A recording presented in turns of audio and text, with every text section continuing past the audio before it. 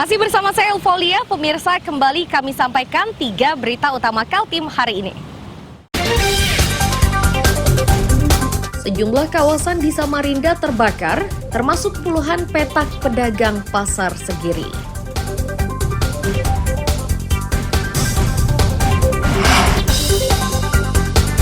Duplikat bendera pusaka tiba di Balikpapan dan langsung diarak ke ibu kota negara Nusantara.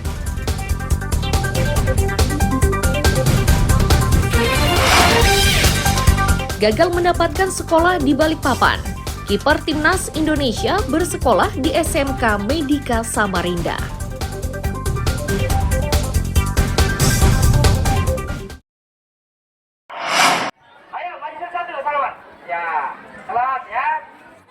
Edelweiss Aura Diva Ahmad atau Edelweiss kiper Timnas Putri Indonesia memulai aktivitasnya di SMK Medika Samarinda. Ia yang berasal dari Balikpapan itu memilih sekolah ini karena di daerah asalnya tidak diterima masuk SMA dengan alasan nilainya tidak mencukupi.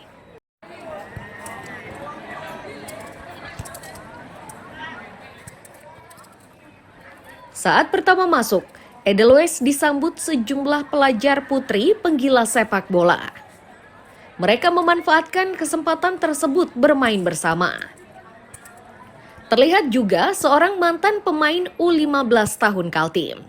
Kedua pesepak bola ini senang dan bangga karena sekolah ini bersedia menampung atlet berprestasi.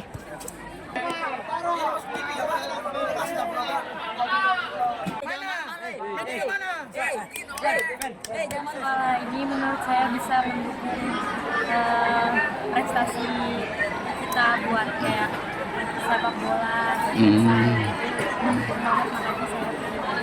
Oh gitu. Pengalamanmu di sepak bola wanita sampai di mana?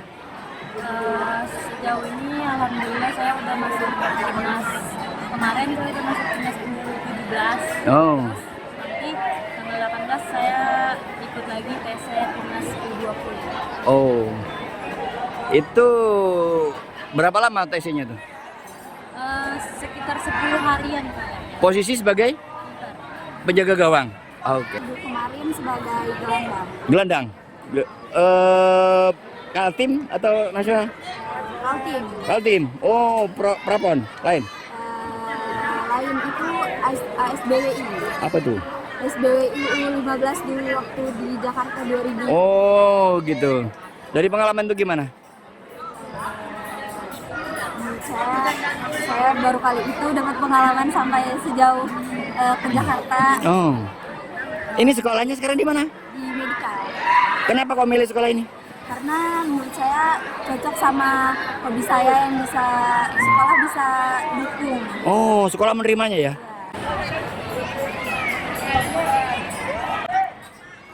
Kepala SMK Medika menyatakan atlet berprestasi harus didukung agar semakin melejit. Terkait nilai rapor atau ijazah, Kepala SMK ini tidak mempermasalahkannya.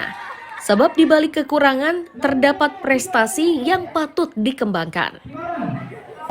Jadi jangan sampai dilewatkan ya, siapa tahu. Mana salahnya tadi? Ya, kita kedatangan tamu hari ini adalah Timnas Putri penjaga gawang namanya Edelweiss. Oh. Kita sambut kurang lebih 1.000 siswa Medika yang berada di kampus utama SMK Medika Bengkuring. Oh, gimana Pak bisa masuk sini tuh gimana kisahnya? Ya, kita SMK Medika sangat terbuka kepada siapa saja, apalagi mereka atlet. Kita perlu junjung, kita perlu dukung, kita perlu biayai, kita perlu support yang sebesar-besarnya agar mereka tetap memang pemain bola. Maka kita passionnya memang bola, maka kita akan dukung menjadi pemain bola. Oh, gitu. Kemudian kebetulan pelajaran akademiknya itu bisa menunjang dengan belajar daring. Oh, jadi gitu. jangan dipersulit dengan prestasi yang mereka miliki, dukung sebesar-besarnya, seluas-luasnya, sehingga mereka bisa tampil dan nantinya bisa membuahkan hasil. Ya, ini di sini ada 2 ini pemain sepak bola yang sudah level nasional ini. Ini bagaimana yang Bapak mendapatkan itu? Mereka daftar sendiri atau gimana? Ya, SMK Medika selama ini sangat open. Kemudian anak-anak itu sebenarnya kita tidak menggiring untuk masuk ke Medika. Tapi dia melihat bahwa perkembangan sepak bola, perkembangan futsal Medika putra-putri itu sangat luar biasa di Kalimantan Timur dan tembus ke nasional. Dengan latar belakang itulah mereka akhirnya berminat ke sekolah sini ya. SMK Medika.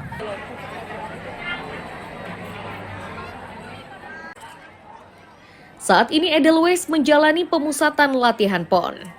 Ia berharap timnya bisa mempersembahkan medali untuk kontingen Kalimantan Timur. Amir Hamzah dan tim liputan melaporkan dari Samarinda.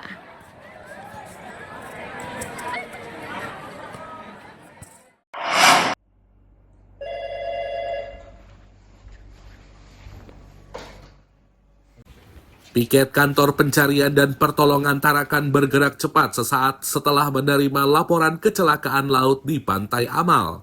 Langkah cepat yang dilakukan yakni menyiapkan tim mengukur jarak tempuh serta potensi lainnya. Terseptifus dalam melaksanakan operasi SAR. Dalam laporannya, sebuah kapal yang mengangkut 5 penumpang terbakar dan tenggelam di perairan Tarakan. Dari jumlah tersebut 4 orang masih hidup dan 1 penumpang meninggal dunia. Untuk operasi ini, Basarnas mengerahkan 23 personel terdiri dari tim penyelamat air dan kesehatan. Kepala Kantor Pencarian dan Pertolongan Tarakan Syahril menyebut berbagai aktivitas di kantornya itu hanya sebuah simulasi. Itu dilakukan untuk meningkatkan kemampuan personel SAR.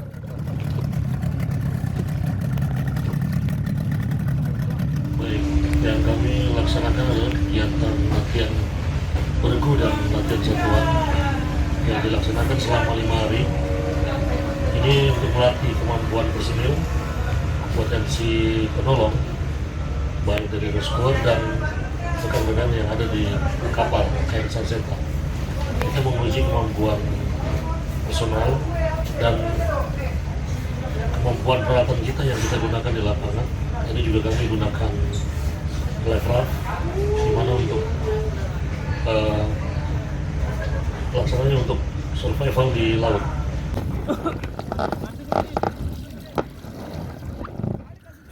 Bagi kantor pencarian dan pertolongan Tarakan, simulasi semacam ini rutin digelar. Tujuannya untuk meningkatkan kesiapsiagaan dan kemampuan regu penyelamat saat terjadi kejadian sesungguhnya. Amir Hamzah dan tim liputan melaporkan dari Tarakan.